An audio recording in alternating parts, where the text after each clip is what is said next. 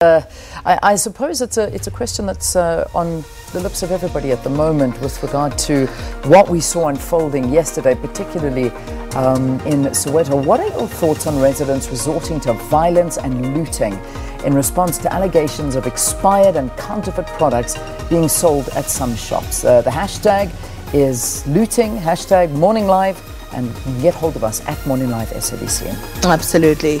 It's a huge question because, yes, you may feel, aggrieved because people should not be selling you expired goods. Certainly. They should not be selling you counterfeit goods because that's not what you're going out to purchase. That's not what you're paying for. Yeah. And so I don't even want to put a but to it. Let me just put a full stop at the end of that.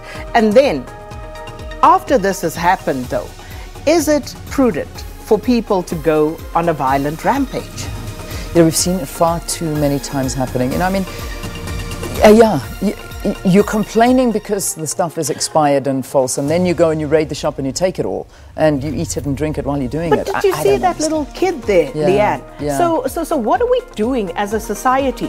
That child should be in school. But now you have this child as part of the people who are looting.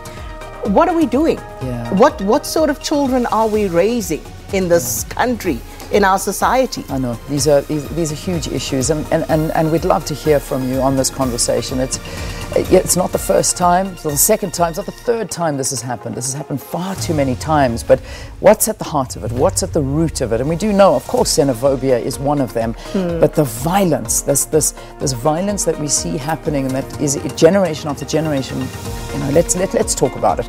Okay. And also, if I could just, before we please go for it. If we can just, dig in a little bit and not just look at government and government's responsibility, but our responsibility, society's and what is our culpability in this situation as well. Yeah, I think that's most important.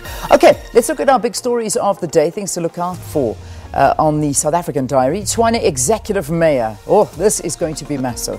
Salium Samanga is to face a motion of no confidence brought by ANC and EFF councillors this afternoon. We can officially say so far hasn't been a great week for the DA, and losing positions. Is this the next one? So, certainly. Yeah. And that's two motions, separate motions brought by ANC and EFF. And then the Democratic Alliance, they are expected to file court papers in Port Elizabeth High Court to contest the ousting of DA-led coalition in the Nelson Mandela Bay Metro.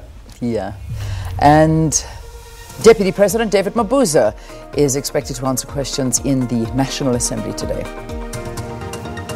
Ekurhuleni Metro officials and health inspectors, they will be raiding some foreign-owned shops in Germiston following an outcry over expired and counterfeit products. So we're also going to go big on this here on the show this morning.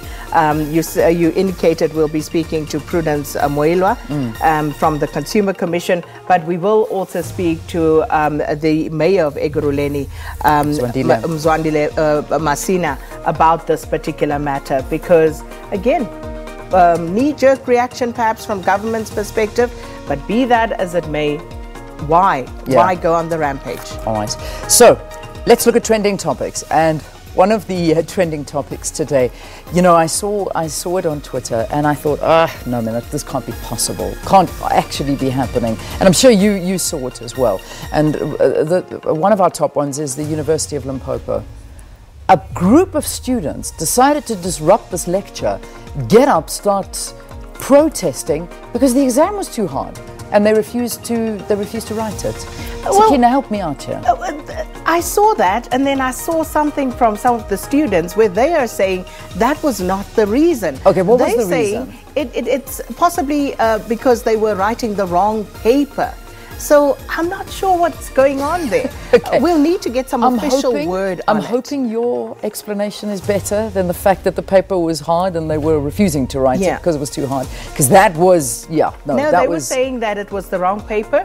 But I think the prudent thing would be to find out exactly what happened. I've read reports from the university, and as usual, the first reaction, the university is studying it. We've set up an investigation to look into what happened, and we'll get back to you. And that's all we've heard so far. But if you've heard more, please let us know. We'd love to know. Was it the wrong paper? Was it just too difficult?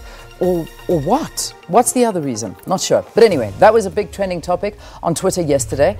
Let's look at the next one. It's looting. And of course, that, as we have been talking about the whole time, we're going to be talking about this extensively on the program this morning. And it just is a mad story. It's our question of the day as well.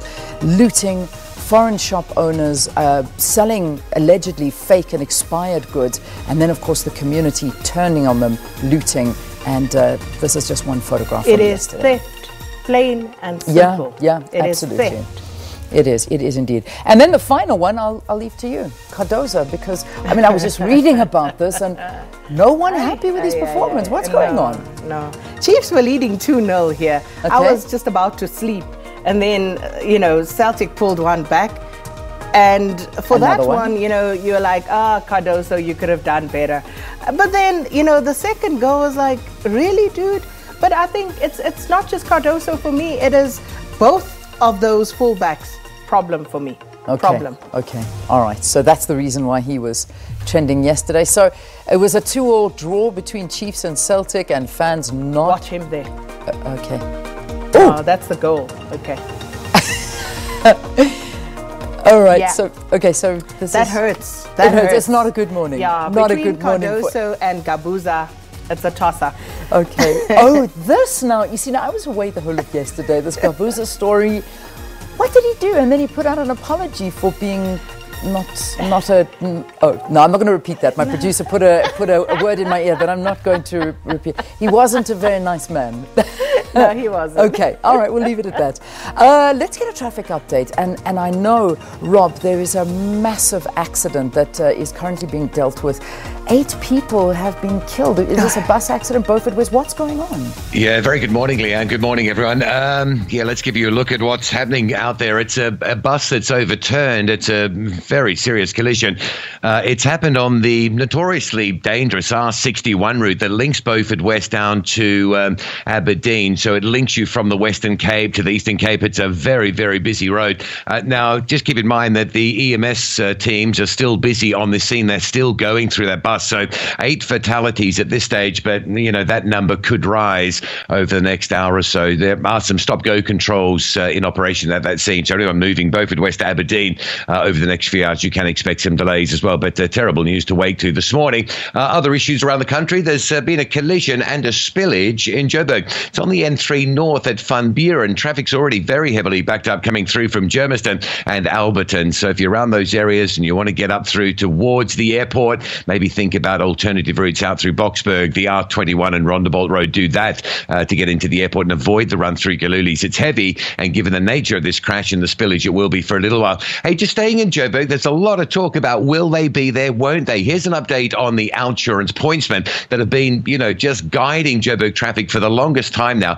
There was some chat about their contract not being renewed. Yesterday, the mayor of Johannesburg, Herman Mashaba, basically saying that the contract, it's a technical error. That's why it was potentially going to be cancelled, but it will be extended for 6 months. So, the fear about no pointsmen from next Monday, well, we can allay those fears. They will be back on the roads for at least 6 months and hopefully longer. We'll see where we go. And just want to wrap it up with this. If you're driving KZN, this is the N11, the Newcastle Ladysmith route, just by the Chelmsford Dam.